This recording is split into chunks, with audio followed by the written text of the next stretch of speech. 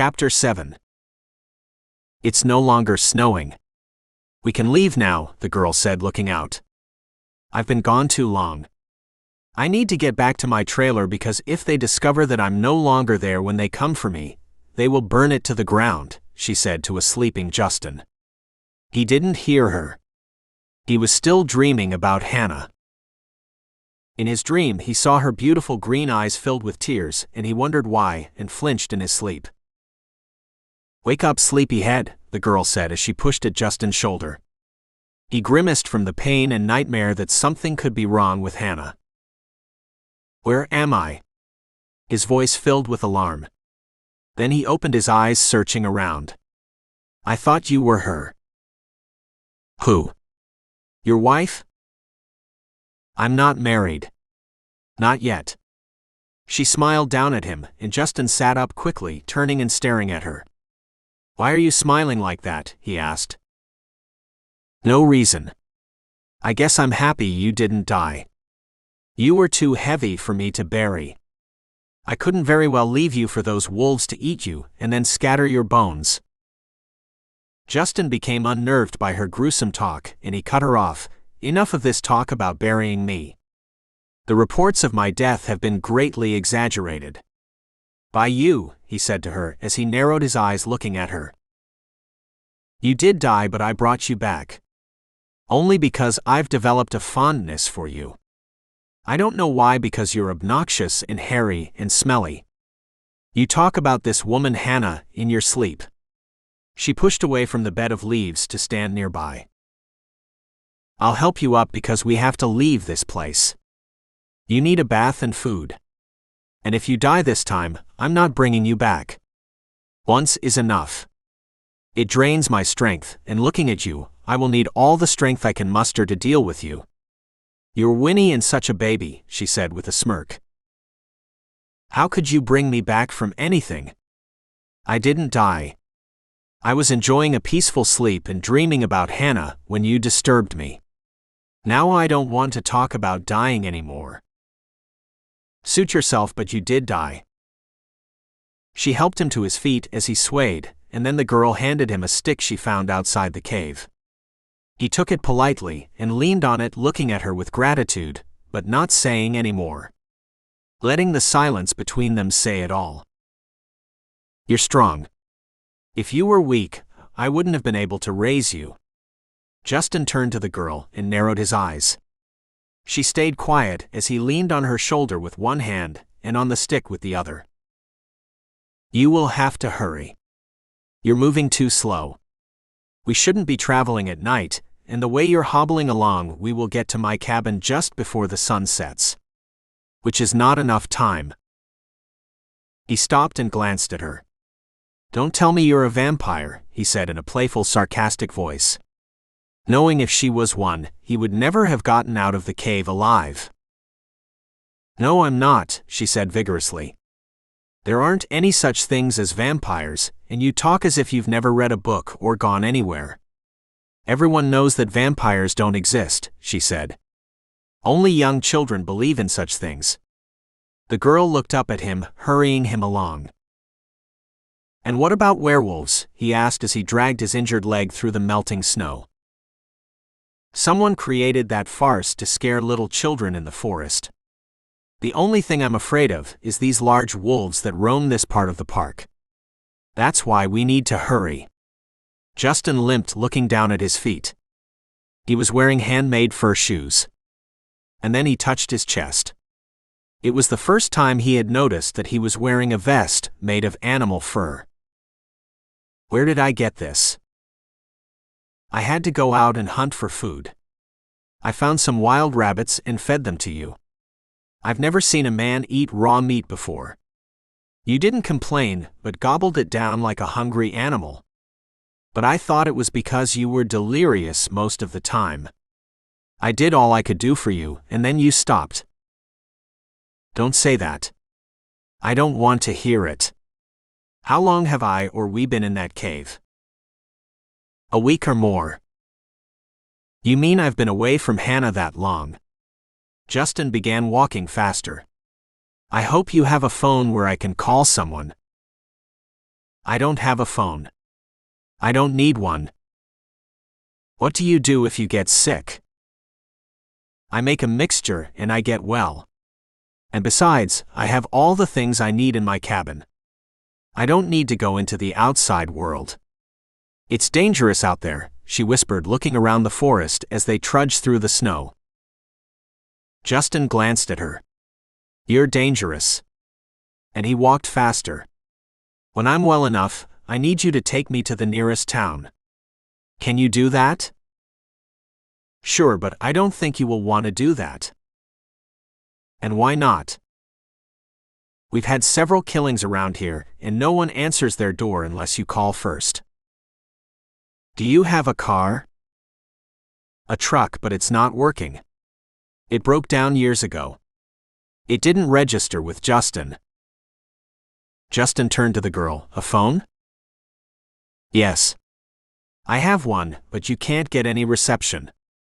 We're too far out, and the way you're walking, we will probably be killed before we get to my cabin. We have some ways to go. We will have to cross that stream, and then it is a few miles through the tall trees and that brush. When we get to a clearing, then I'll be home. Then we should hurry. Justin had been feeling better when he walked away from the girl. He began to feel his leg and body healing. Before he walked stooping over, and now he walked upright. After a forceful jog, she caught up with him. You're stronger than I thought. A lot stronger. I want to get to your place and eat, and then I'm taking off. I have to get someone to drive me to my family's cabin to rescue Hannah. The girl put her head down and stomped away, and then she stopped and gazed at him. But you can't. No one knows where I am, and I don't want them to know. If anyone discovers that I'm here alone, my life is in danger. Justin slowed his walk. How long have you been living alone? Since I was a young child. What is your name? He asked the girl. I don't have a name? I don't remember what they called me. Justin's forehead furrowed in disbelief. Where are your parents? I don't have any parents. At least they aren't alive. And she took off walking east. Justin met up with her as she approached the bank of the stream. Out of breath and thirsty, Justin bent to get a drink. Do you have fresh water in your cabin? And I'm going to need fresh or dried meat. I have cured meat. You do know what that is. A city person like yourself doesn't know much about those things. Justin didn't have time to explain to the girl. He couldn't trust her to tell her the truth. He was a werewolf and he ate meat cured or smoked, and especially freshly killed meat. Lying face down, drinking the water, he glanced up. I recognize this place. My plane wreckage should be near here. He rose and headed in the direction of the remains of the plane. Trotting behind him, the girl said, Slow down. I thought you couldn't walk on that leg, and if you continue, I don't think I can help you. She ran and stopped in front of Justin. We have to get to the cabin. There are killers roaming the woods at night. If we stop at that plane site, we won't make it in time. I need to pick up something. I have to go. I will be stranded here, and where the fuck are we anyway? He said, turning around. We're in a large park with wolves who hunt at night. I'm not afraid of wolves. Some of my best friends are wolves, he said with a closed smile and a snarky tone. That may be your experience, but mine is different. Those wolves have terrorized me since I was a child. They only come out at night, and they are as large as men. They're feeding on all the wildlife around here. We used to have game all over this place, and now not even the bears can be seen. They move around and hide away in the mountains. She pointed behind her. She walked beside Justin, trying to convince him that it was foolish and ill-conceived to be roaming around the park at night, but Justin wouldn't listen.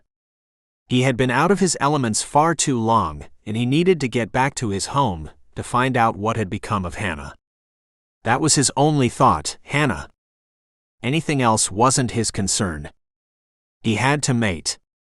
Another full moon would be rising, and his need was becoming insatiable.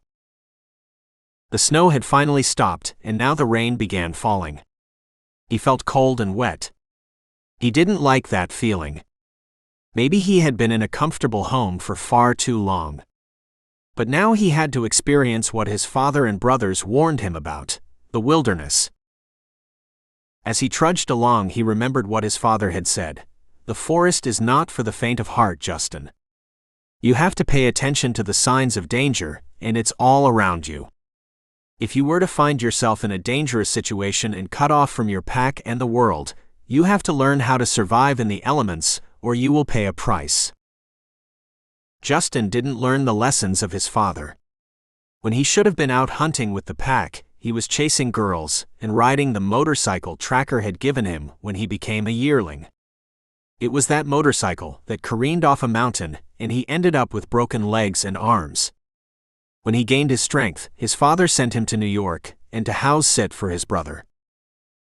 You see, it didn't take long. The plane wreck is here. I have a radio and a phone in there. I can call my parents and my father will come for me. Did you forget how long you've been away from this wreck? More than a week. Either Justin didn't hear her or he didn't want to hear. He kept walking as the girl glanced around nervously. It's getting dark. We have to go now. She pulled at his shoulder and he shrugged her hand off. Do you at least have something I can plug this phone into to get it working? He said, after rummaging in the pilot's seat searching for the phone. I don't know. Just get it and let's get out of here. Don't you hear that? Her eyes grew large and Justin saw fright. He didn't think much could scare her, but something did. What? He said. That sound. They're only wolves. There's nothing to be afraid of. I'm here with you. She glanced at a weak but virile Justin. His heart may have been in the right place, but he was no match for what she knew to be a pack of wild wolves who would easily tear them apart and eat them whole. Wolves that stood taller than men. Trust me, you've never seen wolves like these before. They stand and walk on two legs, and they can run as fast as a deer. I've seen them bring down a moose. Justin didn't pay any attention to her as he bent to search for the phone. He stood after probing his hand in every small space. It seemed like an hour, and Justin wouldn't give up with the girl's voice droning in his ear about wolves and how they needed to leave that moment. Justin turned and said, I can't find the phone, let's go. You have put our lives in jeopardy. We have more than a mile to get to my place, and there are traps I can't see at night. I put them around the perimeter to keep the wolves at bay. Climbing out of the wreckage, Justin met the girl on the ground. Try to remember if anyone called your name. You need a name. If you can't remember, then I'll give you one. I think I remember my mother calling me Heather.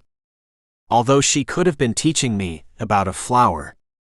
I have books where she would read to me, and she taught me my alphabets. I was able to read when she disappeared. Do you remember how old you were when this happened? I don't really know.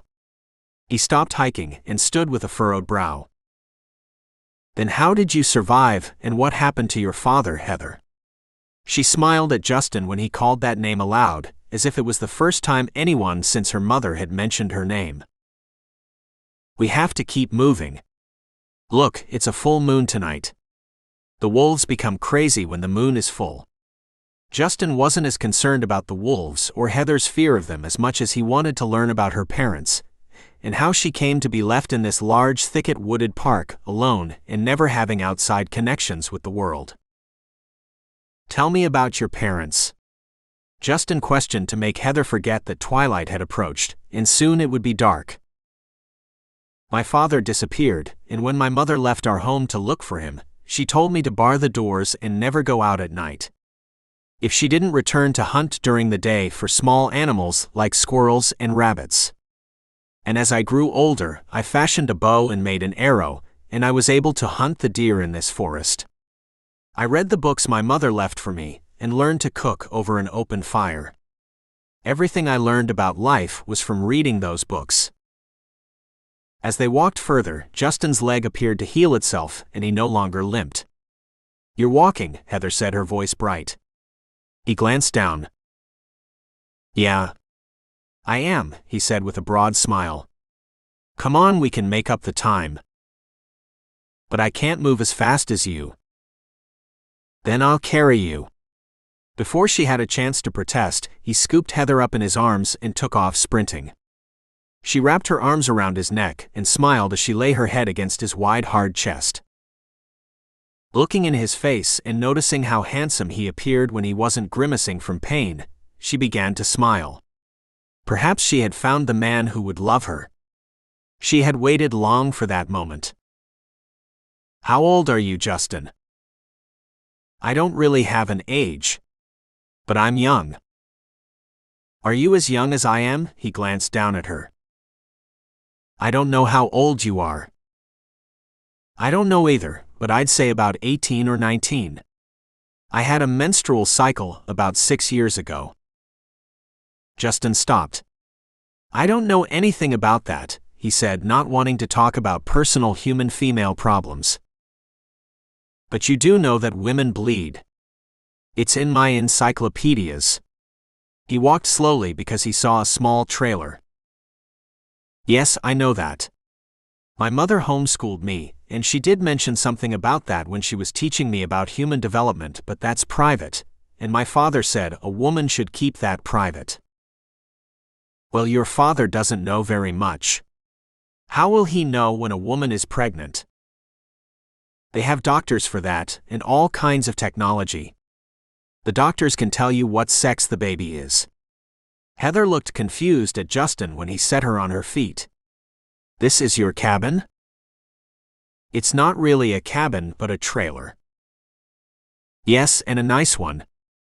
This is called a windstream." "Why were your parents in this place?" He said, slanted his head as he took in the beauty of the snow-capped mountains in the background, reminding him of his father's home. "We had vacationed out here, I think my mother said. It's in her diary. I didn't want to read it because it's private. But when I ran out of things to read, I opened it and read a few pages. She mostly talked about how she first met my father. When she talked about the sex part, one closed it and didn't open it again. I think somewhere they named me, but I didn't want to intrude on something so private." "You could have learned what your name is if you had continued to read it." Turning to Heather, Justin said, "But why didn't you leave after your parents disappeared?" "I was a child, remember. I waited and waited for my mother to come back, and she never did. No one else came around but those wolves. They tried to get in when they realized I was all alone here. I became good at using my bow and arrow. I could injure them before they could get closer. That prevented them from getting near my home, but as I grew older and the young ones took over from the older alphas, they had no fear and came closer, even though I had traps set everywhere." When Justin and Heather clambered in the windstream, it was neat and clean. Setting on a table stood an old Apple computer. Justin walked over to it and tried to turn it on, but it was of no use, and there wasn't an internet connection.